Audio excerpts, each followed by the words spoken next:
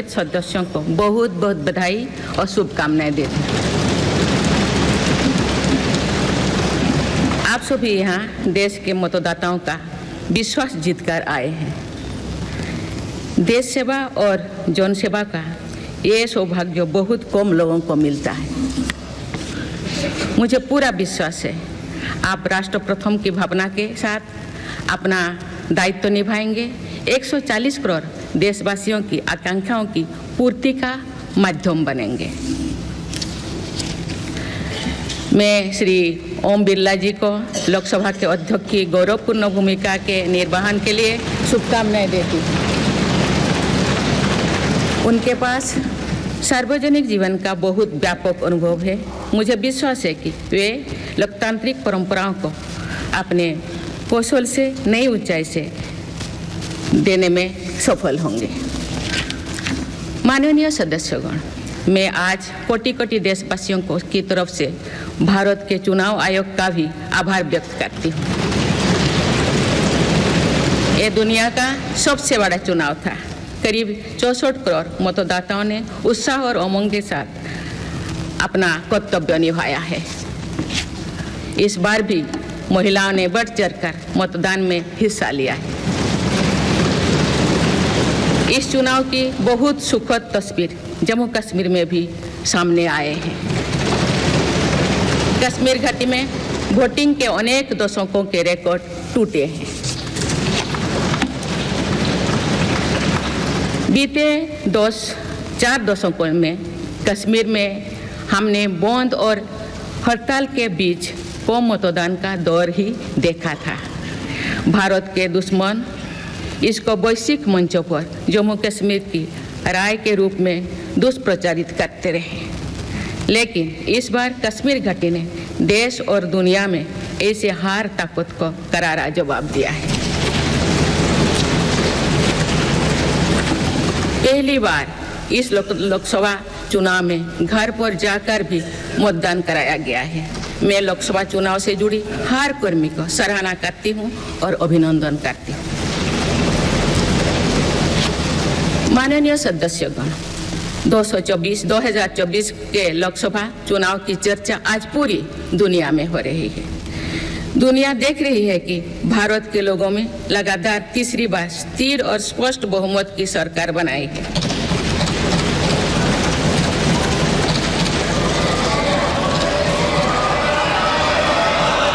छह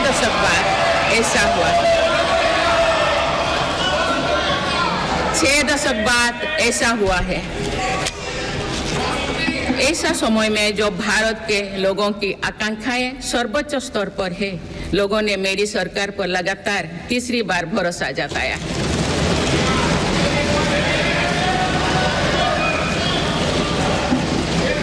भारत के लोगों को ये पूर्ण विश्वास है कि उनकी आकांक्षाएं सिर्फ मेरी सरकार ही पूरा कर सकती है।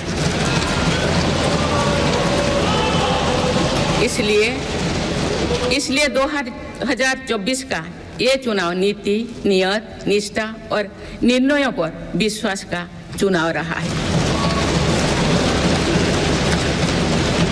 मजबूत और निर्णायक सरकार में विश्वास, सुशासन, स्थिरता और निरंतरता में विश्वास, ईमानदारी और कड़ी मेहनत में विश्वास, सुरक्षा और समृद्धि में विश्वास, सरकार की गारंटी और डिलीवरी पर विश्वास, विकसित भारत के संकल्प में विश्वास। मेरी सरकार ने 10 वर्षों से सेवा और सुशासन का जो मिशन जनाया है, ये उस पर मुहर है। ये जनादेश है कि भारत की विकसित बनाने का काम बिना रुके चलता रहे और भारत अपने लक्ष्यों की प्राप्ति करते रहे।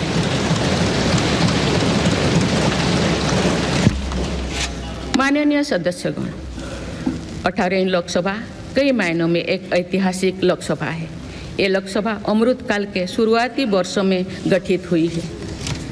ये लोकसभा देश के संविधान को अपनाने के 75वें वर्षों की भी साक्षी बनेगी। मुझे विश्वास है कि इस लोकसभा में जन कल्याण के फसलों का नवीन अध्याय लिखा जाएगा। आगामी सत्रों में मेरी सरकार अपने इस कार्यकाल का पहला बजट पेश करने जा रही है। ये बजट सरकार की दूरगामी नीतियों और फ्यूचरिस्टिक विजन का एक प्रभावी दस्तावेज होगा। इस बजट में बड़े आर्थिक और सामाजिक निर्णयों के साथ ही अनेक ऐतिहासिक कदम भी देखने को मिलेंगे। भारत के तेज विकास की जन आकांक्षाओं का पूरा करने के लिए रिफॉर्म्स की गति अब और तेज की जाएगी। मेरी सरकार का मत है कि दुनिया भर में निवेशकों को आकर्षित करने के लिए राज्यों में स्वस्थ स्पर्धा हो। यही कॉम्पिटिटिव कोऑपरेटिव फेडरलिज्म की सच्ची स्पिरिट है। राज्यों के विकास से देश का विकास, इसी भावना के साथ हम आगे बढ़ते रहेंगे। माननीय सदस्यगण, रिफॉर्म, परफॉर्म और ट्रांसफॉर्म के संकल्प ने आज भारत को दुनिया की सबसे तेजी से बढ़ने वाली अर्थव्यवस्था बना दिया। 10 साल में भारत 11वें नंबर की अर्थव्यवस्था से ऊपर उठकर 5वें नंबर पर पहुंचा है। साल 2021 से लेकर साल 2024 के बीच भारत में औसतन 8% की रफ्तार से विकास किया है और ये ग्रोथ सामान्य समय में नहीं हुई है। बीती वर्षों में हमने 100 साल की सबसे बड़ी आपात देखी। वैश्विक महामारी के कालखंड और विश्व के अलग अलग कोने में चल रही संघर्षों के बावजूद भारत ने ये विकास दर हासिल की है। ये बीते 10 साल के रिफॉर्म्स और राष्ट्रहित में के लिए किए गए फैसला के कारण संभव है। आज भारत अकेले ही दुनिया की ग्रोथ में 15% का योगदान दे रही है। अब मेरी सरकार भारत को विश्व की 3रे नंबर की इकोनॉमी बनाने में जुटी हुई है। इस लक्ष्य की प्राप्ति विकसित भारत की नींव को भी मजबूत करने में के काम करेगी। माननीय सदस्यगण, मेरी सरकार अर्थव्यवस्था के 3 स्तंभ मैन्युफैक्चरिंग, सर्विसेज और एग्रीकल्चर को बराबर महत्व दे रही है। PLI स्कीम्स और ईज ऑफ डूइंग बिजनेस से बड़े पैमाने पर निवेश और रोजगार के अवसर बढ़ रही है। पारंपरिक सेक्टर्स के साथ साथ सनराइज सेक्टर्स को भी मिशन मोड पर बढ़ावा दिया जा रहा है। चाहे सेमीकंडक्टर हो या सोलर हो, चाहे इलेक्ट्रिक व्हीकल हो या इलेक्ट्रॉनिक्स गुड्स हो, चाहे ग्रीन हाइड्रोजन हो या बैटरीज हो, चाहे एयरक्राफ्ट कैरियर्स हो या फाइटर जेट्स हो, भारत इन सब सेक्टर्स में अपना विस्तार कर रहा है। लॉजिस्टिक्स कॉस्ट को कम करने के लिए भी मेरी सरकार लगातार प्रयास कर रही है। सरकार सर्विस सेक्टर को भी मजबूत करने में जुटे हैं। आज IT से लेकर टूरिज्म तक, हेल्थ से लेकर वेलनेस तक हर सेक्टर में भारत लीडर बन रहा है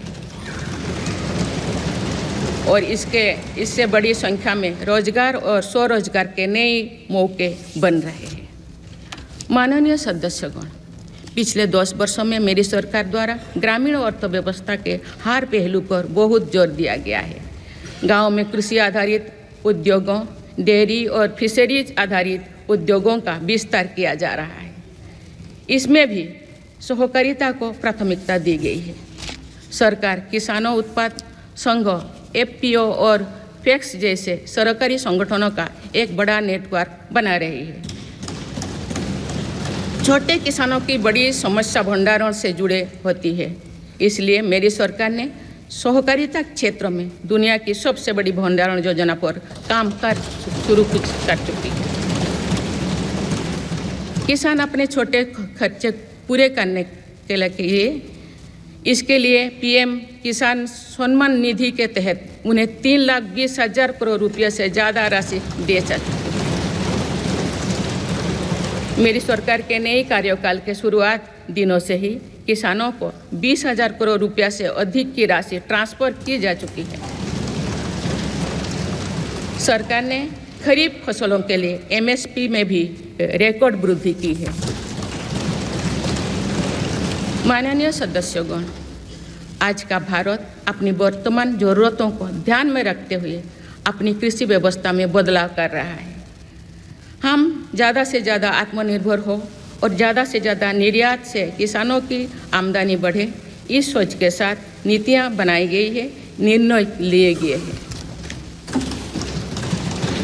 जैसे भारत दलहन और तिलहन में दूसरे देशों पर निर्भरता कम करने के लिए देश के किसानों को हर संभव मदद दे रहे हैं। ग्लोबल मार्केट में किस तरह के फूड प्रोडक्ट की डिमांड ज़्यादा है, इसके आधार पर नई रणनीति बनाई जा रही है। आजकल ऑर्गेनिक उत्पादों को लेकर दुनिया में डिमांड तेजी से बढ़ रही है। भारत के किसानों के पास इस डिमांड को पूरा करने के पूरा भरपूर क्षमता है। इसलिए सरकार प्राकृतिक खेती और इससे जुड़ी उत्पादों की सप्लाई चेन को सशक्त कर रही है। ऐसे प्रयासों से किसानों का खेती पर होने वाला खर्च भी कम होगा और उनकी आय भी और बढ़ेगी। माननीय सदस्यगण, आज का भारत दुनिया की चुनौतियां बढ़ाने के लिए नहीं बल्कि दुनिया को समाधान देने के लिए माना जाता है। विश्व बंधु के तौर पर भारत ने अनेक वैश्विक समस्याओं के समाधान को लेकर पहल की है। जलवायु परिवर्तन से लेकर खाद्य सुरक्षा तक, पोषण से लेकर सस्टेनेबल एग्रीकल्चर तक हम अनेक समाधान दे रहे हैं। हमारे मोटे अनाज श्री अन्न की पहुंच सुपर फूड के तौर पर दुनिया के कोने कोने में हो, इसके लिए भी अभियान चल रहा है। भारत की पहल पर पूरी दुनिया ने वर्ष 2023 में इंटरनेशनल मिलेट्स ईयर मनाया है। आपने देखा है हाल ही में पूरी दुनिया ने अंतर्राष्ट्रीय योग दिवस भी मनाया है। भारत की इस महान परंपरा की प्रतिष्ठा विश्व में लगातार बढ़ रही है। योग और आयुष को बढ़ावा देकर भारत एक स्वस्थ विश्व के निर्माण में मदद कर रही है। मेरी सरकार ने रिन्यूएबल एनर्जी की क्षमता भी कई गुना बढ़ाई है। हम जलवायु से जुड़े लक्ष्यों को निर्धारित समय से पहले प्राप्त करने की दिशा दिखा रहा है। नेट जीरो के लिए आज भारत के प्रयास कई दूसरे देशों को प्रेरित कर रहे हैं। इंटरनेशनल सोलर अलायंस जैसे पहल पर आज रिकॉर्ड संख्या में दुनिया के देश हमारे साथ जुड़े हैं। माननीय सदस्यगण, आने वाला समय ग्रीन एरा यानी हरित युग का है। मेरी सरकार इसके लिए भी हर जरूरी कदम उठा रही है। हम हरित उद्योगों पर निवेश बढ़ा रहे हैं जिससे ग्रीन जॉब्स भी बढ़े हैं। ग्रीन एनर्जी हो या फिर ग्रीन मोबिलिटी, हर मोर्चे पर हम बड़े लक्ष्यों के साथ काम कर रहे हैं। मेरी सरकार अपने शहरों को दुनिया के बेहतरीन लिविंग स्पेस बनाने के लिए भी प्रतिबद्ध है। प्रदूषण से मुक्त, साफ सुथरे और सुविधा युक्त शहरों में रहना भारत के नागरिकों का हक है। विशेष रूप से छोटी शहरें और कस्बे में बीते 10 वर्षों से अभूतपूर्व निवेश किया गया है। भारत में आज दुनिया का तीसरे सबसे बड़ा डोमेस्टिक एविएशन मार्केट है।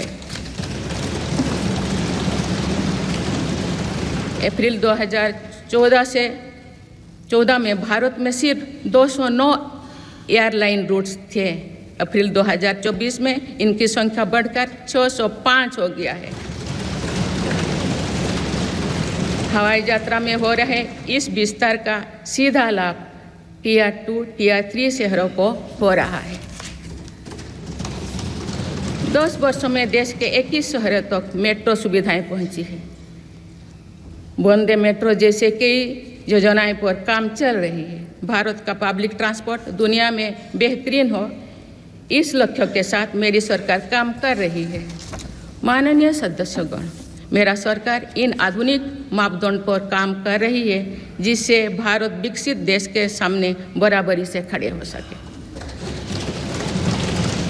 इंफ्रास्ट्रक्चर का विकास इस दिशा में बदलते भारत की नई तस्वीर के रूप में उभारा है। मेरी सरकार ने 10 वर्षों में पीएम ग्रामीण सड़क योजना के तहत गांव में 3,80,000 किलोमीटर से ज़्यादा सड़कें बनाई। आज भारत में नेशनल हाईवेज और एक्सप्रेसवेज का जाल बिछ रहा है। नेशनल हाईवेज बनाने की गति में भी 2 गुनी से अधिक की वृद्धि हुई है। अहमदाबाद मुंबई के बीच हाई स्पीड रेल इकोसिस्टम का निर्माण कार्य भी तेजी से आगे बढ़ रहे हैं। मेरी सरकार ने उत्तर, दक्षिण और पूर्वी भारत के बुलेट ट्रेन कॉरिडोर्स के लिए फिजिबिलिटी स्टडीज शुरू करने का फैसला किया है। पहली बार देश में अंतर्देशीय जलमार्गों के विकास पर इतने व्यापक रूप से काम शुरू हुआ है। इसका बड़ा लाभ नॉर्थ ईस्ट को होगा। मेरी सरकार ने नॉर्थ ईस्ट के विकास के लिए 10 वर्षों में आवंटन में 4 गुना से अधिक की वृद्धि की है।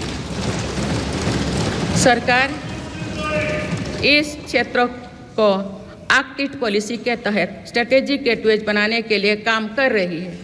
नॉर्थ ईस्ट में हर तरह की कनेक्टिविटी का बढ़ाया जा रहा है। शिक्षा, स्वास्थ्य, पर्यटन, रोजगार, हर क्षेत्र में विकास कार्यों को आगे बढ़ाया जा रहा है। असम में 27,000 करोड़ रुपये की लागत से सेमीकंडक्टर प्लांट बनाया जा रहा है। यानी north east made in India chips को भी सेंटर होने वाला है। मेरी सरकार नॉर्थ ईस्ट में स्थायी शांति के लिए निरंतर काम कर रही है। पिछले इस 10 वर्षों में अनेक पुराने विवादों को हल किया गया, अनेक अहम समझौते हुई है। नॉर्थ ईस्ट में अशांत क्षेत्रों में तेज विकास करके चरणबद्ध तरीके से अफवाह हटाने का काम भी जारी है। देश के हर क्षेत्रों में विकास के ये नए आयाम भारत के भविष्य का उद्घोष कर रहे हैं। माननीय सदस्य, वुमेन लेड डेवलपमेंट के लिए समर्पित मेरी सरकार ने महिला सशक्तिकरण के एक नई युग की शुरुआत की है। देश की नारी शक्ति लंबे समय तक लोकसभा और विधानसभा में अधिक भागीदारी की मांग कर रही थी। आप उनके पास नारी शक्ति बंधन अधिनियम की ताकत है। सरकार की योजनाओं की वजह से पिछले 1 दशक में महिलाओं का आर्थिक सामर्थ्य बढ़ा है। आप जानते हैं कि बीते 10 वर्षों में बने 4 करोड़ पीएम आवास में से ज़्यादातर महिलाओं के नाम ही आवंटित हुई है। आप तीसरी कार्यकाल के शुरुआत में ही सरकार ने 3 करोड़ नए घर बनाने की स्वीकृति दी है। इनमें से भी अधिकतर घर महिलाओं के नाम पर ही आवंटित होंगे। बीते 10 वर्षों में 10 करोड़ महिलाएं सेल्फ हेल्प ग्रुप्स से जुड़े हैं। मेरी सरकार ने 3 करोड़ महिलाओं को लखपति दीदी बनाने के लिए व्यापक अभियान चलाए हैं।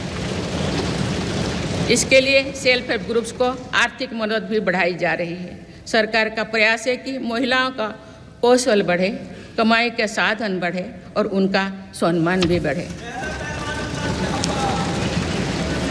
नमो ड्रोन दीदी योजना इस लक्ष्य की पूर्ति में सहायक बन रही है। इस योजना के तहत हजारों सेल्फ हेल्प ग्रुप्स की महिलाओं को ड्रोन दिए जा रहे हैं। ड्रोन पायलट बनने की ट्रेनिंग भी दी जा रही है। मेरी सरकार ने हाल ही में कृषि खेती सखी कार्यक्रम भी शुरू किया है। इसके तहत अभी तक सेल्फ हेल्प ग्रुप्स की 30,000 महिलाओं को कृषि सखी के रूप में प्रमाण पत्र दिए गए हैं। कृषि सखियों को आधुनिक खेती की तकनीक में प्रशिक्षण किया जा रहा है ताकि वे कृषि को और आधुनिक बनाने में किसानों की मदद कर सकें।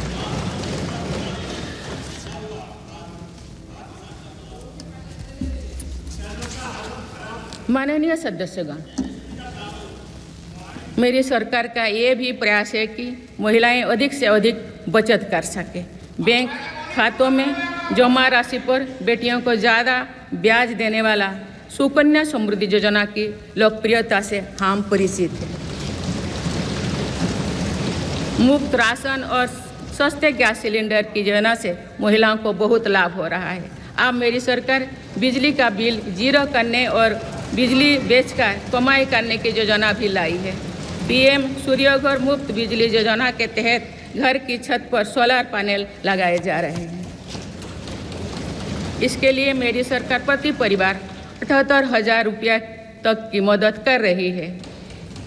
इतने कम समय में 1 करोड़ से ज़्यादा परिवार इन योजना में रजिस्टर कर चुके हैं। जिन घरों में सोलर पैनल लग चुके हैं, अब वहां बिजली का बिल जीरो हो गया है। माननीय सदस्यगण, विकसित भारत का निर्माण तभी संभव है जब देश के गरीब, युवा, नारी शक्ति और किसान सशक्त होंगे। इसलिए मेरी सरकार की योजनाओं में सर्वोच्च प्राथमिकता इन्हीं 4 स्तंभों को दी जा रही है। हमारी कोशिश इन तो हर सरकारी योजना का लाभ पहुंचाने की है और यही सैचुरेशन को की अप्रोच भी है। जो भारत इस इच्छा शक्ति के साथ काम कर रही है कि सरकारी योजना से एक भी व्यक्ति छूटे नहीं, तो इसका लाभ सभी को होता है। सरकार की योजनाओं एवं सैचुरेशन अप्रोच के कारण ही 10 वर्षों में 25 करोड़ भारतीय गरीबी से बाहर निकले। इसमें अनुसूचित जाति, अनुसूचित जनजाति, पिछले वर्ग, हर समाज, हर क्षेत्र के परिवार है। 10 वर्षों में लास्ट माइल डिलीवरी पर फोकस ने इन वर्गों का जीवन बदल दिया है। विशेषकर आदिवासी समाज में ये बदलाव और भी स्पष्ट नजर आ रहा है। 24,000 करोड़ रुपया से अधिक की पीएम जनमन जैसी योजना आज अति पिछड़े जनजातीय समूह के उत्थान का माध्यम बन रही है। सरकार पीएम सूरज पटल के माध्यम से वंचित वर्गों तक आजीविका के अवसरों को पहुंचाने के लिए सुलभ ऋण भी उपलब्ध करा रही है। मेरी सरकार दिव्यांग भाइयों और बहनों के लिए किफायती और स्वदेशी सहायक उपकरण विकसित कर रही है। देश भर में प्रधानमंत्री दिव्याशा केंद्रों का भी विस्तार किया जा रहा है। वंचितों की सेवा का ये संकल्प ही सच्चा सामाजिक न्याय है। माननीय सदस्यगण, देश की श्रम शक्ति के सम्मान के लिए श्रमिक बंधुओं का कल्याण और सशक्तिकरण मेरी सरकार की प्राथमिकता है। मेरी सरकार श्रमिकों के लिए सामाजिक सुरक्षा योजनाओं को एकीकृत कर रही है। डिजिटल इंडिया तथा डाकघरों के नेटवर्क का उपयोग करके दुर्घटना और जीवन बीमा के कवरेज को बढ़ाने का काम हो रहा है। पीएम स्वनिधि का विस्तार किया जाएगा और ग्रामीणों और सेमी अर्बन क्षेत्रों के रेहड़ी पटरी वाले भाइयों बहनों को भी इसके दायरे में लाया जाएगा। माननीय सदस्यगण, बाबा साहेब डॉक्टर भीमराव अंबेडकर का मानना था कि किसी भी समाज की प्रगति समाज के निचले तबके की प्रगति पर निर्भर करती है। पिछले 10 वर्षों में राष्ट्र की उपलब्धियों और विकास का आधार गरीब का सशक्तिकरण रहा है। मेरी सरकार ने पहली बार गरीब को ये एहसास करवाया कि सरकार उनकी सेवा में है। कोरोना के कठिन समय में सरकार ने 80 करोड़ लोगों को मुफ्त राशन देने के लिए पीएम गरीब कल्याण अन्न योजना शुरू की। इस योजना का लाभ उन परिवारों को भी मिल रहा है जो गरीबी से बाहर निकले हैं, ताकि उनके कदम वापस पीछे ना जाए। स्वच्छ भारत अभियान में भी गरीब के जीवन की गरिमा से लेकर उसके स्वास्थ्य तक का राष्ट्रीय महत्व का विषय बनाया है। पहली बार देश में करोड़ों गरीबों के लिए शौचालय बनाया गया है। ये प्रयास हमें आश्वस्त करते हैं कि देश आज महात्मा गांधी के आदर्शों का सच्चे अर्थों में अनुसरण कर रहा है। मेरी सरकार 55 करोड़ लाभार्थियों को आयुष्मान भारत योजना के तहत मुफ्त स्वास्थ्य सेवाएं भी उपलब्ध करवाए हैं। देश में 25,000 जन औषधि केंद्रों को खोलने का काम भी तेजी से चल रहा है। आप इस क्षेत्र में सरकार एक और निर्णय लेने जा रही है। आप आयुष्मान भारत योजना के तहत मुफ्त इलाज का लाभ 70 वर्ष से अधिक उम्र के सभी बुजुर्गों को भी मिलेगा। माननीय सदस्यगण, अक्सर विरोधपूर्वक मानसिकता और संकीर्ण स्वार्थों के कारण लोकतंत्र की मूल भावना का बहुत अहित हुआ है। इसका प्रभाव संसदीय प्रणाली पर भी पड़ता है और देश की विकास यात्रा पर भी पड़ता है। देश में कई दशकों तक अस्थिर सरकार के दौर में कई सरकारें चाहते हुए भी ना रिफॉर्म कर पाए और ना ही आवश्यक निर्णय ले पाए। भारत की जनता ने निर्णायक बनकर इस स्थिति को बदला है। बीते 10 वर्षों में ऐसे अनेक रिफॉर्म्स हुई है जिनका बहुत लाभ देश को आज मिल रहा है।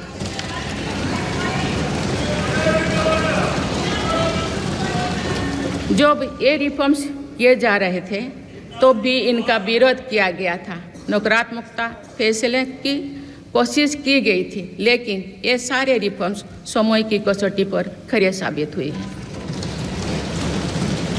2 साल पहले भारत के बैंकिंग सेक्टर को डूबने से बचाने के लिए सरकार ने बैंकिंग रिफॉर्म्स किए, IBC जैसी कानून बनाए। आज इन्हीं रिफॉर्म्स ने भारत के बैंकिंग सेक्टर को दुनिया के सबसे मजबूत बैंकिंग सेक्टर में से एक बना लिया। हमारे सार्वजनिक क्षेत्रों के बैंक आज मजबूत और लाभदायक है। सार्वजनिक क्षेत्रों के बैंकों के लाभ 2023-24 में 1.4 लाख करोड़ रुपये को पार कर गया, जो पिछले वर्षों की तुलना में 35% अधिक है। हमारे बैंकों की मजबूती उन्हें ऋण आधार का विस्तार करने और राष्ट्र के आर्थिक विकास में योगदान करने के लिए सक्षम बनाती है। सरकारी बैंकों का NPA भी लगातार कम हो रही है। आज SBI रिकॉर्ड मुनाफे पर है। आज LIC पहले से कहीं अधिक मजबूत है। आज HAL भी देश की डिफेंस इंडस्ट्री को ताकत दे रही है। आज GST भारत की इकोनॉमी को फॉर्मलाइज करने का, व्यापार कारोबार को आसान बनाने का माध्यम बना रहे हैं। अप्रैल महीने में पहली बार GST कलेक्शन ने 2 लाख करोड़ रुपये का स्तर पार कर गया है। इससे राज्यों की आर्थिक ताकत भी बढ़ी है। डिजिटल इंडिया और डिजिटल पेमेंट्स के प्रति भी आज पूरा विश्व आकर्षित हो रही है। माननीय सदस्यगण, एक सशक्त भारत के लिए हमारे सैन्य बलों में आधुनिकता जरूरी है। युद्ध की स्थिति में हम सर्वश्रेष्ठ रहें, इसके लिए सेनाओं में रिफॉर्म्स की प्रक्रिया निरंतर जारी रहनी चाहिए। इसी सोच के साथ मेरी सरकार ने बीते 10 वर्षों में डिफेंस सेक्टर आने के कई महत्वपूर्ण कदम उठाए हैं। ऑर्डिनेंस फैक्ट्रीज के रिफॉर्म से डिफेंस सेक्टर को बहुत लाभ हुआ है। 40 से अधिक ऑर्डिनेंस फैक्ट्रीज को 7 निगमों में संगठित करने से उनकी क्षमता और दक्षता दोनों बढ़ी है। ऐसे ही रिफॉर्म्स के कारण भारत आज 1 लाख करोड़ रुपये से अधिक की डिफेंस मैन्युफैक्चरिंग कर रहा है। पिछले एक दशक में हमारे डिफेंस एक्सपोर्ट 18 गुना अधिक होकर 21,000 करोड़ रुपया तक पहुंच चुका है। फिलीपींस के साथ ब्रह्मास मिसाइल का रक्षा सौदा डिफेंस एक्सपोर्ट के क्षेत्र में भारत की पहचान मजबूत कर रहा है। सरकार ने युवाओं और उनके स्टार्टअप्स को बढ़ावा देकर आत्मनिर्भर डिफेंस सेक्टर की मजबूत नींव तैयार की है। मेरी सरकार उत्तर प्रदेश और तमिलनाडु में 2 डिफेंस कॉरिडोर्स भी विकसित कर रही है। हम सभी के लिए एक खुशी की बात है कि पिछले वर्ष हमारी सैन्य जरूरतों की लगभग 70% खरीद भारतीय उद्योगों से ही की गई है। हमारी सेनाओं ने 500 से अधिक सैन्य साजो सामान को विदेशों में नहीं मंगाना तय किया है। ये सभी हथियार और उपकरण अब सिर्फ भारतीय कंपनियों से ही खरीद की जाएगी। मेरी सरकार ने सैनिकों के हितों को भी हमेशा प्राथमिकता दी है। तभी 4 दशक के बाद वन रैंक वन पेंशन को लागू किया गया है। इसके तहत अब तक 1,20,000 करोड़ रुपया दिए जा चुके हैं। शहीद सैनिकों के सम्मान के लिए सरकार ने कर्तव्य पथ के एक छोर पर नेशनल वॉर मेमोरियल की स्थापना भी की है। ये प्रयास केवल वीर जवानों के प्रति कृतज्ञ राष्ट्र का नमन ही नहीं है, बल्कि राष्ट्र प्रथम की अनवरत प्रेरणा का स्रोत भी है। माननीय सदस्यगण, मेरी सरकार देश के हर युवा को बड़े सपने देखने और उन्हें साकार करने के लिए जरूरी माहौल बनाने में जुटी है। बीते 10 वर्षों में ऐसे हर अवरोध को हटाया गया है जिसके कारण युवाओं को परेशानी थी। पहले अपने ही प्रमाण पत्रों को अटेस्ट करने के लिए युवाओं को भटकना पड़ता था। अब युवा सेल्फ अटेस्टेड करने का काम कर रहे हैं। केंद्र सरकार की ग्रुप सी ग्रुप डी भर्तियों से इंटरव्यू को ख़त्म किया गया है। पहले जो विद्यार्थी सिर्फ भारतीय भाषा में पढ़ाई करते थे उनके साथ अन्याय की जाती थी। मेरी सरकार ने नई राष्ट्रीय शिक्षा नीति लागू कर इस अन्याय को दूर करने के लिए कदम उठाए हैं। युवाओं को अब भारतीय भाषा में इंजीनियरिंग की पढ़ाई का विकल्प भी मिला है। विगत 10 वर्ष में देश में 7 नई IIT, 16 IIIT, 7 IIM, 15 नए एम्स, 315 मेडिकल कॉलेज और 390 विश्वविद्यालय स्थापित किया गया है। मेरी सरकार इन संस्थानों को और मजबूत बनाकर आवश्यकता के अनुसार इनकी संस्था को भी बढ़ाएंगे। सरकार एक डिजिटल विश्वविद्यालय बनाने की दिशा में भी काम कर रही है। अटल टिंकरिंग लैब्स, स्टार्टअप इंडिया और स्टैंडअप इंडिया जैसे अभियान हमारे युवाओं का सामर्थ्य बढ़ा रहे हैं। इन्हीं प्रयासों से आज भारत दुनिया का तीसरा सबसे बड़ा स्टार्टअप इकोसिस्टम बन चुका है। माननीय सदस्यगण, सरकार का ये निरंतर प्रयास है कि देश के युवाओं को अपनी प्रतिभा दिखाने का उचित अवसर मिले। सरकारी भर्ती हो या फिर परीक्षाएं, सुनिए, परीक्षाएं किसी भी कारण से इनमें रुकावट आए ये उचित नहीं है।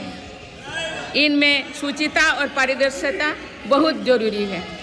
हाल ही में कुछ परीक्षाओं में हुई पेपर लीक की घटनाओं की निष्पक्ष जांच और दोषियों को कड़ी से कड़ी सजा दिलवाने के लिए मेरी सरकार प्रतिबद्ध है। इससे पहले भी हमने देखा है कि कई राज्यों में पेपर लीक की घटनाएं होती रही है। इस पर दलीय राजनीति से ऊपर उठकर देशव्यापी ठोस उपाय करने की जरूरत है। संसद ने भी परीक्षा में होने वाली गड़बड़ियों के विरुद्ध एक सख्त कानून बनाया है। मेरी सरकार परीक्षाओं से जुड़ी संस्थाओं, उनके कामकाज के तरीके, परीक्षा प्रक्रिया सभी में बड़ी सुधार करने की दिशा में काम कर रही है। माननीय सदस्यगण, मेरी सरकार ने युवाओं की राष्ट्र निर्माण में भागीदारी और बढ़ाने के लिए मेरा युवा भारत माय भारत अभियान की शुरुआत भी की है। इसमें अब तक 1.5 करोड़ से अधिक युवाओं का पंजीकरण हो चुका है। इस पहल से युवा में नेतृत्व कौशल और सेवा भावना का बीजारोपण होगा। आज हमारे युवाओं को खेलों में भी आगे बढ़ने के नए अवसर मिल रहे हैं। मेरी सरकार के प्रभावी प्रयासों का परिणाम है कि भारत के युवा खिलाड़ी वैश्विक मंचों पर रिकॉर्ड संख्या में मेडल्स जीत रहे हैं। कुछ ही दिनों बाद पेरिस ओलंपिक्स में भी शुरू होने वाले जा रहे हैं। ओलंपिक्स में देश का प्रतिनिधित्व करने वाले हर खिलाड़ी पर हमें गर्व है। मैं उन्हें अपनी शुभकामनाएं देती हूँ। इन उपलब्धियों को और आगे ले जाने के लिए भारतीय ओलंपिक संघ 2036 ओलंपिक्स खेलों की मेजबानी की तैयारी भी कर रही है। माननीय सदस्यगण, जुलाई की 1 तारीख से देश में भारतीय न्याय संहिता भी लागू हो जाएगी।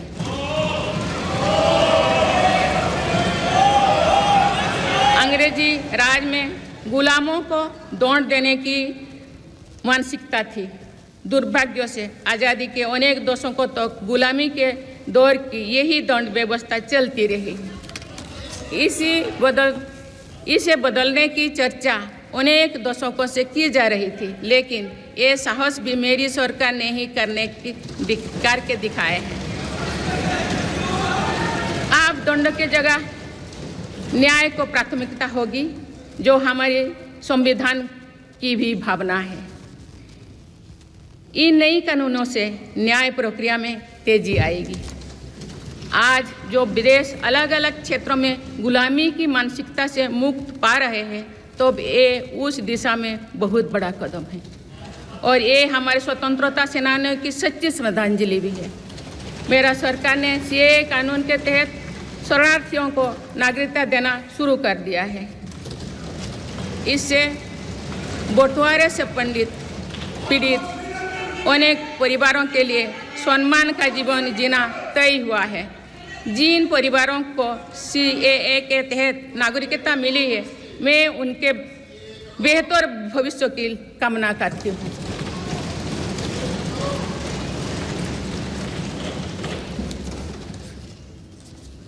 माननीय सदस्यगण, मेरी सरकार भविष्य निर्माण के प्रयासों के साथ ही भारतीय संस्कृति के वैभव और विरासत को फिर से स्थापित कर रही है।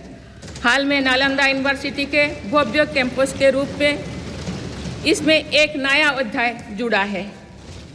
नालंदा सिर्फ एक यूनिवर्सिटी मात्र नहीं थी, बल्कि वे वैश्विक ज्ञान केंद्र के रूप में भारत के गौरवशाली अतीत का प्रमाण थी। मुझे विश्वास है कि नई नालंदा यूनिवर्सिटी भारत को ग्लोबल नॉलेज हब बनाने में सहायक सिद्ध होगी। मेरी सरकार का ये प्रयास है कि भावी पीढ़ियों को हजारों वर्षों की हमारी विरासत प्रेरणा देती है। इसलिए पूरे देश में तीर्थस्थलों को आस्था और आध्यात्म के केंद्रों को सजाया संवारा जा रहा है। माननीय सदस्यगण, मेरी सरकार विकास के साथ ही विरासत पर भी उतना ही गर्व करते हुए काम कर रही है। विरासत पर गर्व का ये संकल्प आज अनुसूचित जाति, अनुसूचित जनजाति, वंचित वर्ग और सर्व समाज के गौरव का प्रतीक बन रहा है। मेरी सरकार ने भगवान बिरसा मुंडा के जन्म दिवस को जनजातीय गौरव दिवस के रूप में मनाने की शुरुआत की है। अब अगले वर्ष भगवान बिरसा मुंडा की 150वीं जयंती के पूरे देश में धूमधाम से मनाया जाएगा। देश रानी दुर्गावती की 500वीं जयंती को भी व्यापक स्तर पर मना रहा है। पिछले महीने ही देश ने रानी अहिल्याबाई होलकर की 300वीं जयंती का साल भर चलने वाला महोत्सव भी शुरू किया गया। इससे पहले सरकार गुरु नानक देव जी का 550वां और गुरु गोविंद सिंह जी का 350वां प्रकाश पर्व भी धूमधाम से मना चुके हैं।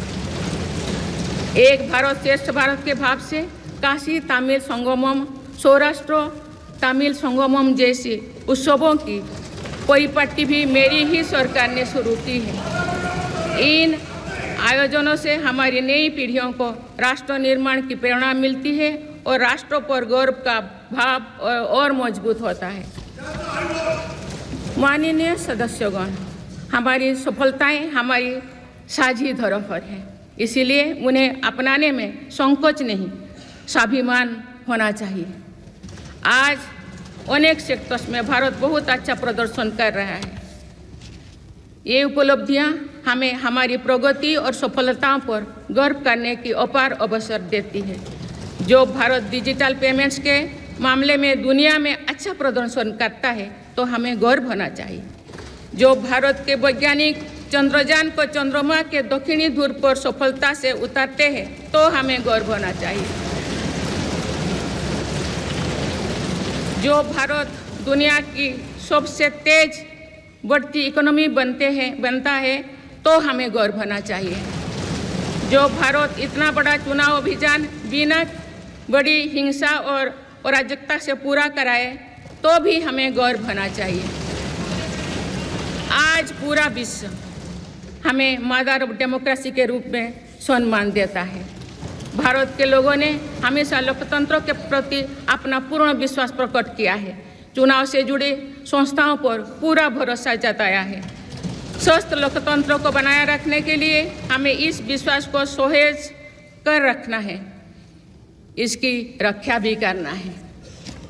हमें याद रखना होगा, लोकतांत्रिक संस्थाओं और चुनावी प्रक्रिया पर लोगों के विश्वास को चोट पहुंचाना उसी डाल को काटना जैसे जिस पर हम सब बैठे हैं। हमारे लोकतंत्रों की विश्वसनीयता को ठेस पहुंचाने की हर कोशिश की सामूहिक आलोचना होना चाहिए। हम सभी को वो दौर याद है जो बैलेट पेपर छीन लिया जाता था, लूट लिया जाता था। मतदान प्रक्रिया को सुरक्षित बनाने के लिए ईवीएम को अपनाने का फैसला किया गया था। पिछले कई दशकों में ईवीएम में सुप्रीम कोर्ट से लेकर जनता की अदालत तक हर कसौटी को पार किया है। माननीय सदस्यगण, मैं आप सभी सदस्यों से अपनी कुछ और चिंताएं भी साझा करना चाहती हूँ। मैं चाहूँगी कि आप सभी इन विषयों पर चिंतन मनन करके इन विषयों पर ठोस और सकारात्मक परिणाम देश को दें। आज की संचार क्रांति के युग है में विघटनकारी ताकतें लोकतंत्र को कमजोर करने और समाज में दरार डालने की साजिश रच रहे हैं। ये ताकतें देश के भीतर भी है और देश के बाहर भी संचालित हो रहे हैं। इसके द्वारा अफवाह फैलाने का, जनता को भ्रम में डालने का, मिस इन्फॉर्मेशन का सहारा लिया जा रहा है। इस स्थिति को ऐसे ही बेरोक टोक नहीं चलने दिया जा सकता है। आज के समय में टेक्नोलॉजी हर दिन और उन्नत हो रही है। ऐसे में मानवता के विरुद्ध इनका गलत उपयोग बहुत घातक है। भारत ने विश्व मंच पर भी इन चिंताओं को प्रकट किया है और एक ग्लोबल फ्रेमवर्क की वकालत की है। हम सभी का दायित्व है कि इन प्रवृत्ति को रोकें, इस चुनौती से निपटने के लिए नए रास्ते खोजें। माननीय सदस्यगण, 21वीं सदी के इस तीसरे दशक में आज ग्लोबल ऑर्डर एक नया शक्ल ले रहा है। मेरी सरकार के प्रयासों से आज भारत विश्व बंधु के रूप में दुनिया को नया भरोसा दे रही है। मानव केंद्रित अप्रोच रखने की वजह से भारत आज किसी भी संकट के समय फास्ट रेस्पॉन्डर और ग्लोबल साउथ की बुलंद आवाज़ बना है।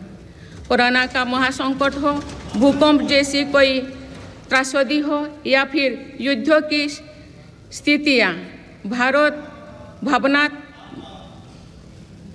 मानवता को बचाने में आगे रहा है। भारत को देखने का विश्व का नज़रिया कैसे बदला है, ये इटाली में हुई G7 समिट में भी हम सभी ने अनुभव किया है। भारत ने अपनी G20 अध्यक्षता के दौरान भी विश्व को अनेक मुद्दों पर एकजुट किया है। भारत की अध्यक्षता के दौरान ही अफ्रीकन यूनियन को G20 का स्थायी सदस्य बनाया गया है। इससे अफ्रीका महाद्वीप के साथ साथ पूरे ग्लोबल साउथ का भरोसा मजबूत हुआ है। नेबरहुड फर्स्ट पॉलिसी में चलते हुए भारत ने पड़ोसी देशों के साथ अपने रिश्तों को मजबूत किया है। 7 पड़ोसी देशों के नेताओं का 9 जून को केंद्रीय मंत्रिपरिषद के शपथ ग्रहण समारोह में भाग लेना मेरी सरकार की इस प्राथमिकता दर्शाते हैं। भारत सबका साथ सबका विकास की भावना के साथ इंडो पैसिफिक क्षेत्रों के देश के साथ भी सहयोग बढ़ा रही है। पूर्वी एशिया हो या फिर मिडिल ईस्ट और यूरोप, मेरी सरकार कनेक्टिविटी पर बहुल बल दे रही है। भारत के विजन ने ही India Middle East Europe Economic Corridor को आकार देना शुरू किया है। ये कॉरिडोर 21वीं सदी के सबसे बड़ी गेम चेंजर में एक सिद्ध होगा। माननीय सदस्यगण, आने वाला कुछ महीने में भारत एक गणतंत्र के रूप में 75वें वर्ष पूरी करने जा रहे हैं। भारत का संविधान बीते दशकों में हर कसौटी पर खरा उतरा है। जब संविधान बन रहा था तो भी दुनिया में ऐसे ताकतें थे जो भारत के असफल होने की कामना कर रही थी। देश में संविधान लागू होने के बाद भी संविधान पर अनेक बार हमले हुए हैं। आज 27 जून है। 25 जून 1975 को लागू हुआ आपातकाल संविधान पर सीधे हमले का सबसे बड़ा और काला अध्याय था।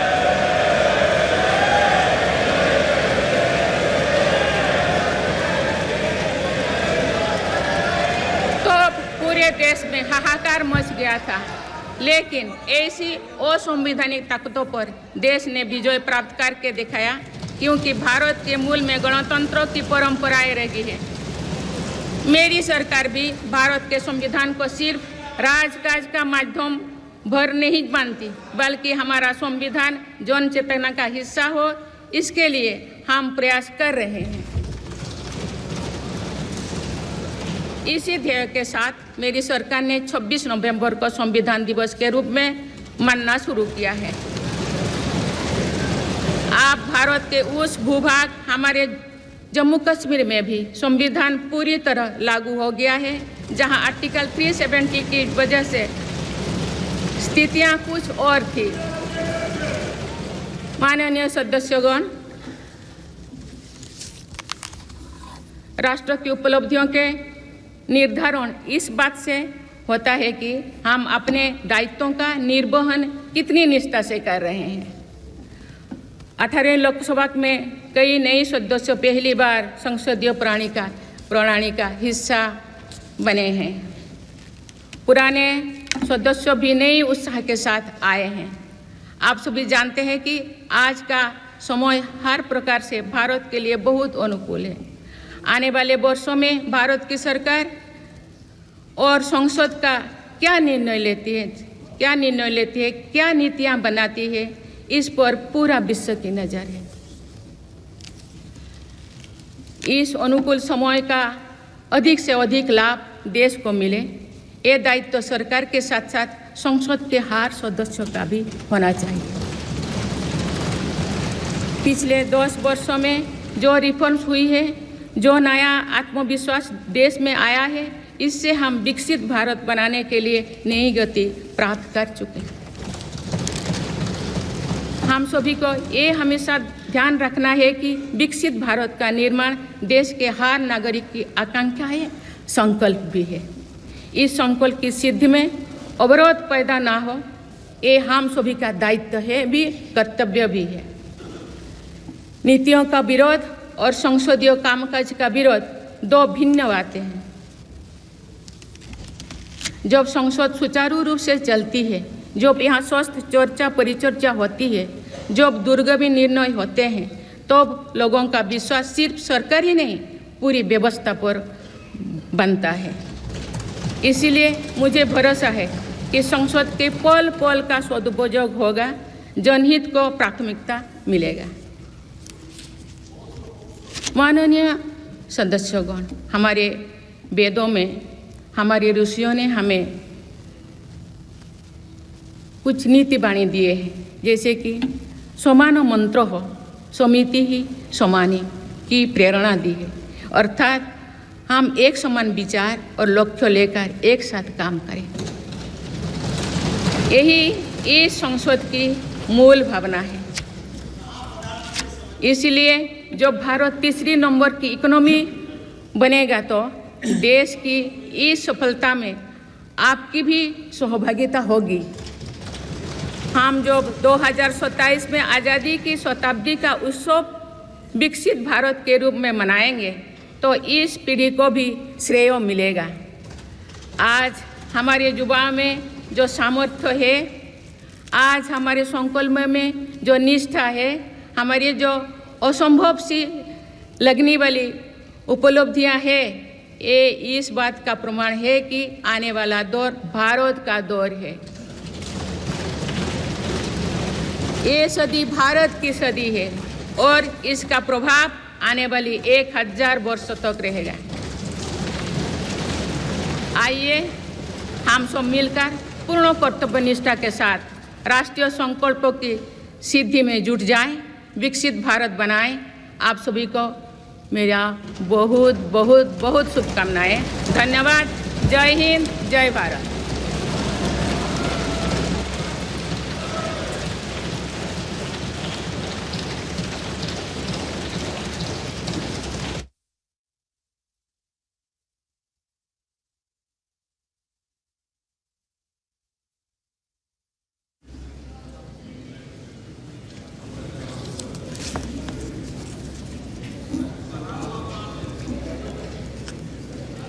Honorable President,